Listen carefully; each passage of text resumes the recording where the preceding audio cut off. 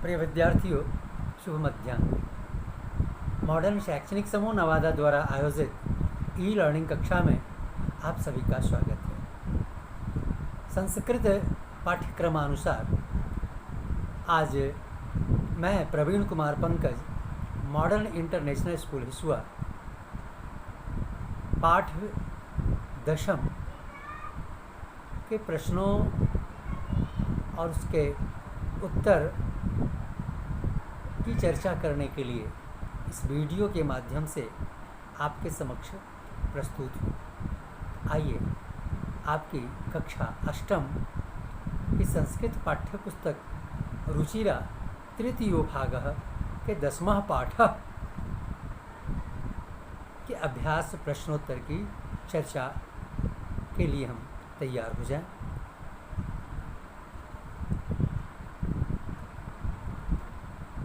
दसवां पाठ जिसका शीर्षक है नीति नवनीतम। नीति नवनीतम। प्यारे विद्यार्थियों, यह पाठ मनुस्मृति के कुछ श्लोकों का संकलन है, जिसमें सदाचार की दृष्टि से बहुत ही महत्वपूर्ण श्लोकों का यहाँ संकलन किया गया है। इन श्लोकों के द्वारा माता पिता एवं गुरुजनों को आदर और अपनी सेवा भाव से प्रसन्न करने वाले अभिवादनशील जो माता पिता या गुरुजनों को हमेशा नमन करने का व्यवहार अपनाए हुए हैं, वैसे व्यक्ति अभिवादनशील कहलाते हैं। तो इस अभिवादन से मिलने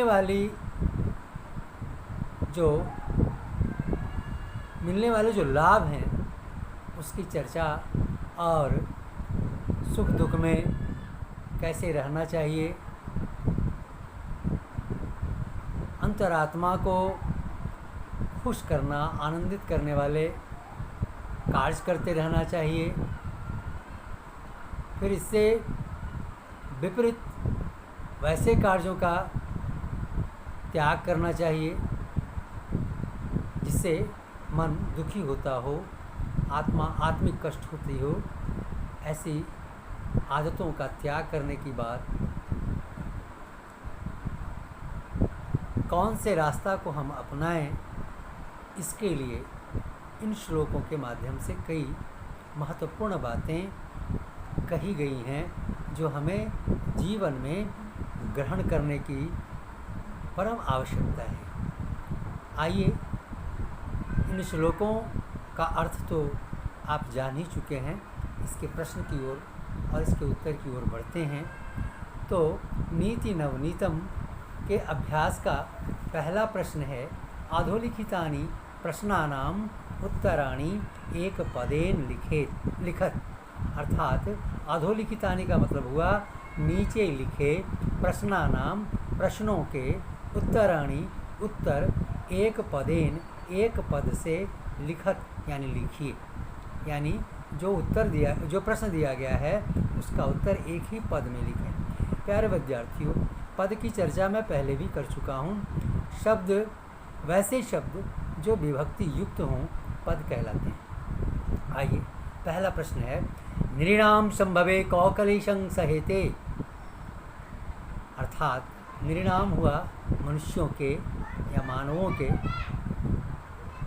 मनुष्यों के उत्पन्न होने में कौन दोनों कष्ट सहते हैं? कौन लोग? चूँकि है कौ के कह जो शब्द रूप है उसका द्विवचन है कौ। कह मतलब कौन, कौ के मतलब कौन दोनों। अर्थात मानव की उत्पत्ति में कौन दोनों कष्ट सहते हैं। आप आसानी से उत्तर दे सकते हैं अगर हिंदी में इसके अर्थ को जाने तो, माता पिता। तो इसका उत्तर हो जाएगा माता पितरौ, जैसा कि आप लिख चुके हैं अपनी स्वच्छ पुस्तिका में। कीदृशम जलम पिबेत, कैसा पानी पीना चाहिए।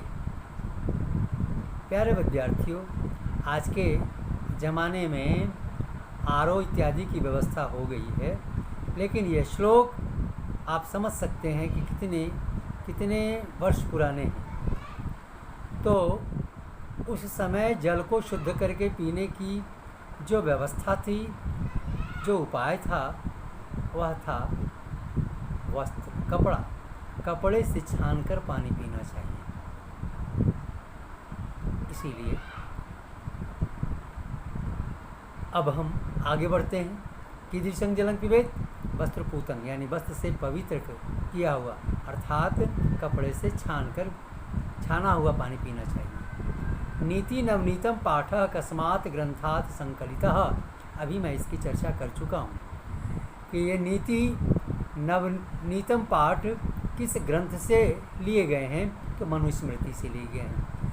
कीदृशं वाचं वदेत, कैसी वाणी बोलनी चाहिए, उसका उत्तर आप लिख चुके हैं। सत्यपूताम, अर्थात सत्य से पवित्र किया हुआ, अर्थात सच्ची बातें ही बोलनी चाहिए। उद्यानम कैनिनादः रम्यम, उद्यान यानी बागीचा किसकी आवाज़ों से रम्य होता है, पक्षियों के कलरव से, तो हम लिखेंगे खगानाम। दुखम किं भवति, दुख क्या होता है, तो दूसरे की गुलामी करना ही दुख है। परवशम ही दुख। आत्मवशम किं भवति, अगर आप अपने मन के मालिक हैं, अपने मन के राजा हैं, तो ये सबसे बड़ा सुख है। तो आत्मवशम किं भवति, सुखम, एक पद में उत्तर देना था। दूसरा है पाठे अस्मिन् सुख दुखयो किं लक्षणम उक्तम, इस पाठ में सुख दुख के क्या लक्षण बताए गए हैं। पाठे अस्मिन्, इस पाठ में सुख दुखयो, सुख और दुख के लक्षण बताए गए हैं। सर्वपरवशम दुखम सर्वम आत्मवशम च सुखम इति, अर्थात दूसरे के अधीन रहना सभी प्रकार के दुख का कारण है, और अपने आप में रहना, अपने वश में रहना ही सुख है।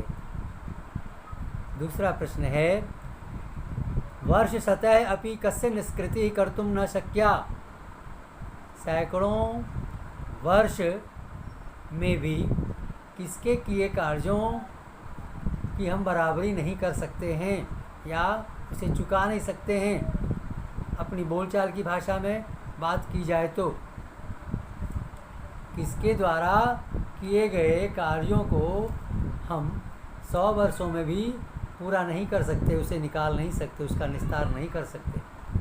तो प्यारे विद्यार्थियों, यह तो आपने प्रश्नोत्तर में जाना है, लेकिन उसकी हिंदी में बता दूं कि माता पिता और आचार्य जो मनुष्य के लिए कर जाते हैं, उनकी बराबरी या उनके किए कार्यों का निस्तार हम सैकड़ों वर्ष में नहीं कर सकते। ठीक है। घ है अस्माभिः कीदृशं कर्तव्यम, हमें कैसे कार्य करने चाहिए।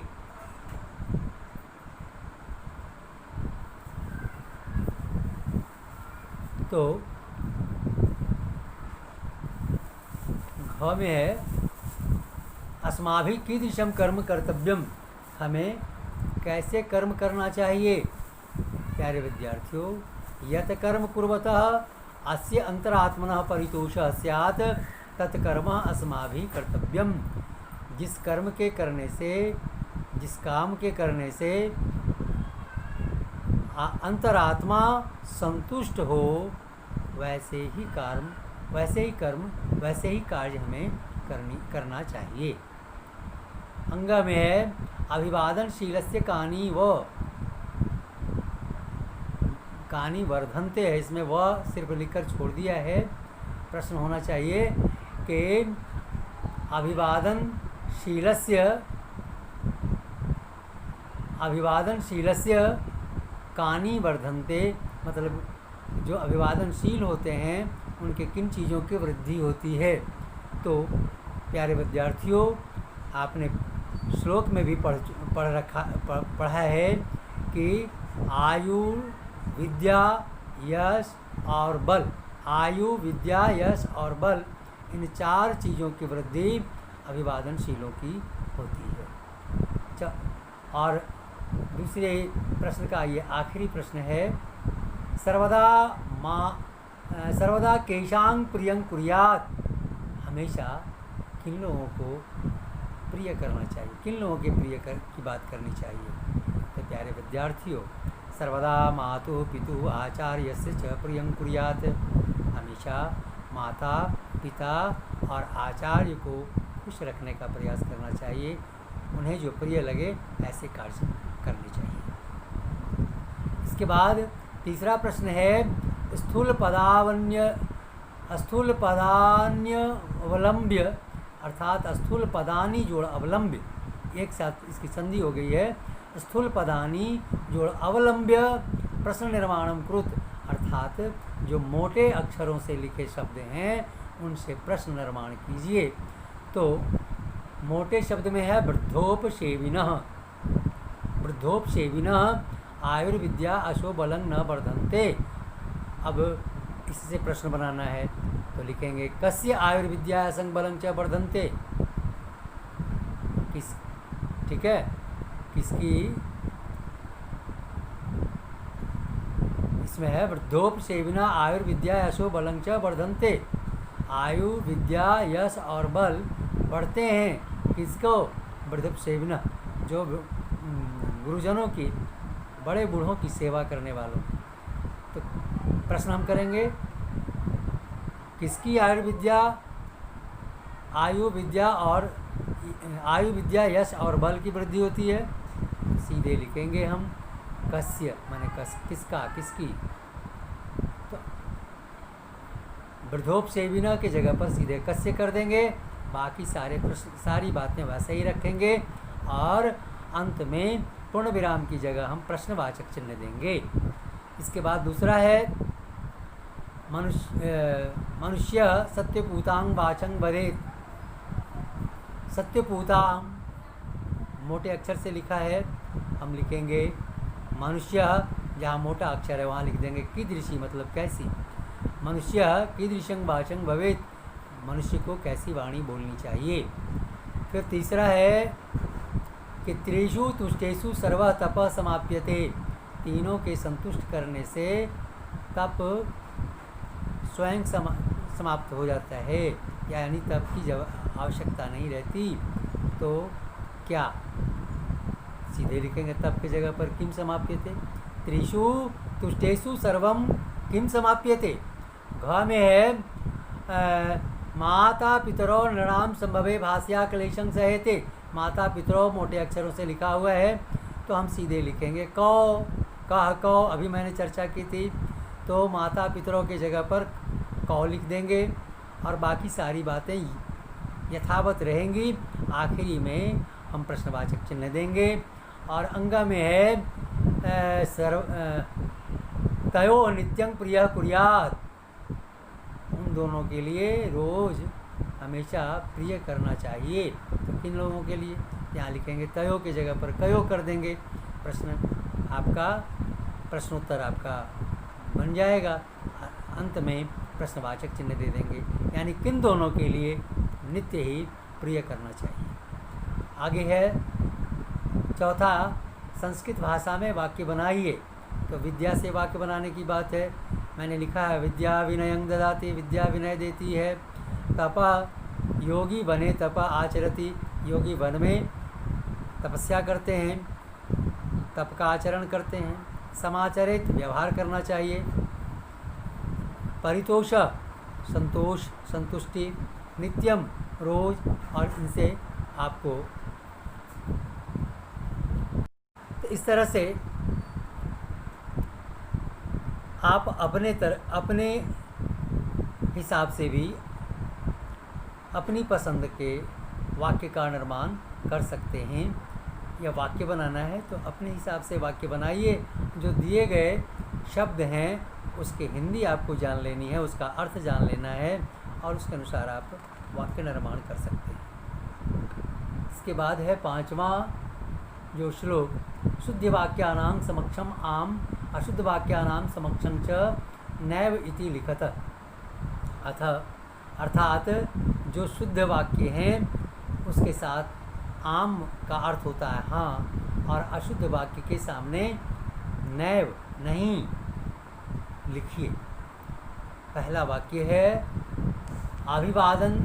अभिवादनशीलस्य किमपि न वर्धते।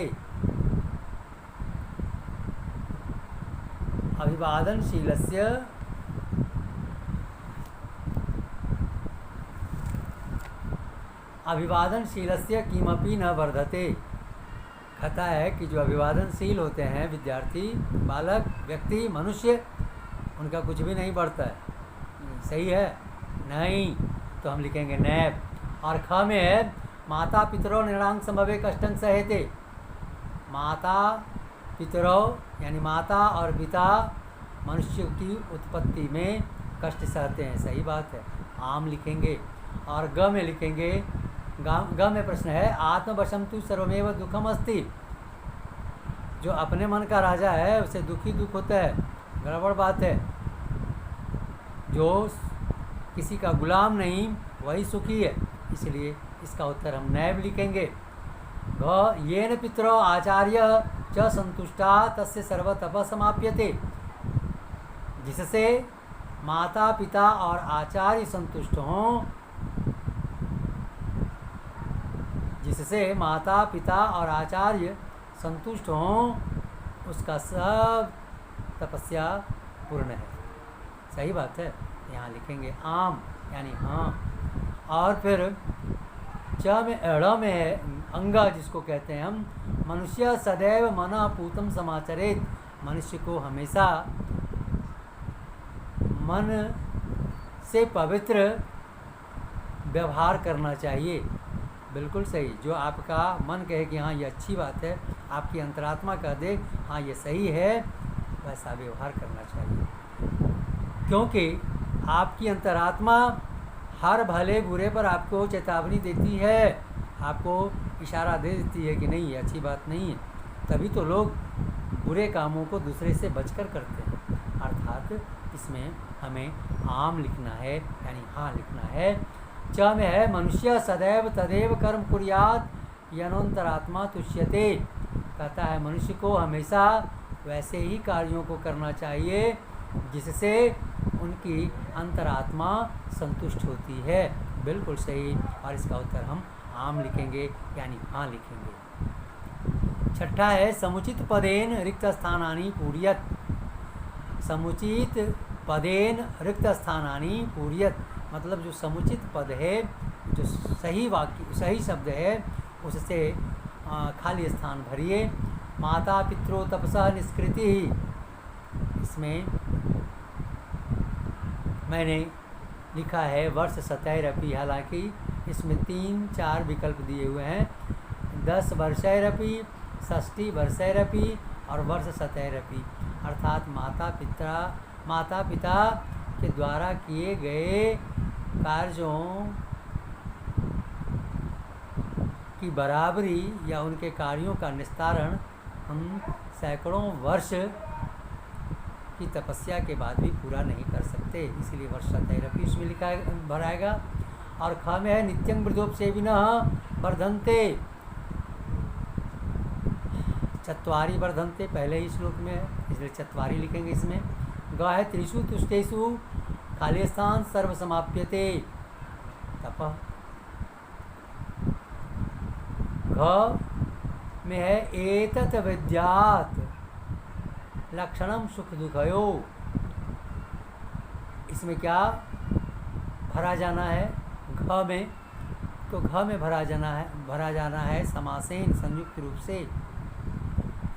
अंग में है दृष्टिपूतं न्यसेत पादम। आँखों से देखकर ही रास्ते में अपने पाँव को बढ़ाना चाहिए, नहीं तो आपके कदम गंदी जगह पर भी पड़ सकते हैं। और गड्ढे में पड़ सकते हैं, जिससे आप दुर्घटनाग्रस्त हो सकते हैं। इसलिए यह श्लोक कहता है कि आप रास्ता देखकर चलो। अगला है मनुष्य माता पितरो आचार्य सच सर्वदा कुर्यात्। क्या करना चाहिए? माता पिता और आचार्य को जो प्रिय लगे, बढ़िया लगे, वही करना चाहिए। अर्थात इसमें रिक्त स्थान की जगह पर प्रियम भरेंगे। साथ में है मंजुषाता चित्वा उचित उचिताव्ययेन वाक्यपूर्ति कुरुत। अर्थात मंजुषा मन होता है बक्से में दिए गए अव्यय से उचित अव्यय चुनकर पूरा कीजिए वाक्य को। तयो प्रियं कुर्यात्, तयो प्रियं कुर्यात् नित्यम। उन लोगों के लिए हमेशा हर रोज़ प्रिय करना चाहिए। ख कर्म करिष्यसि तादृशं फलं प्राप्स्यसि। अर्थात जैसे कर्म करोगे वैसा फल मिलेगा। यादृशम कीदृशम कैसा, तो यादृशम जैसा लिखेंगे। इसके उत्तर में हम यादृशम लिखेंगे। ये आपके बक्से में दिया हुआ, मतलब प्रश्न के बक्से में दिया हुआ है। ग वर्ष सतह है निष्कृते न कर्तुम शक्या। अर्थात 100 वर्षों की तपस्या भी करने के बाद उनके कर्म का निस्तारण हम नहीं कर सकते। यहाँ अपी भराएगा, अव्ययों को चुन कर भरना है। घ है तेषु त्रिषु तुष्टेषु तपः समाप्यते। तेषु के बाद खाली स्थान है, अर्थात एव का मतलब होता है ही, तो एव इसमें भरेंगे। अंग में है राजा तथा प्रजा, मतलब जैसा यथा राजा, जैसा राजा वैसी प्रजा। तो यथा जो होता है का जैसा यहाँ पर है, तो यथा राजा तथा प्रजा। ठीक है। च है यावत सफल न भवति, खाली स्थान परिश्रमम कुरु, मतलब जब तक सफल नहीं होता है तावत यानी तब तक परिश्रम करो। तो इसमें भरना है तावत। प्यारे विद्यार्थियों, आज का वीडियो काफ़ी लंबा हो चुका है, अतः आज मैं यहीं विश्राम देता हूँ इसे, और फिर पाठ्यक्रमानुसार अगली वीडियो में मैं आपसे मिलता हूँ। तब तक आप मन लगाकर पढ़िए और बताए गए कार्यों को मनोयोग के साथ करें। धन्यवाद।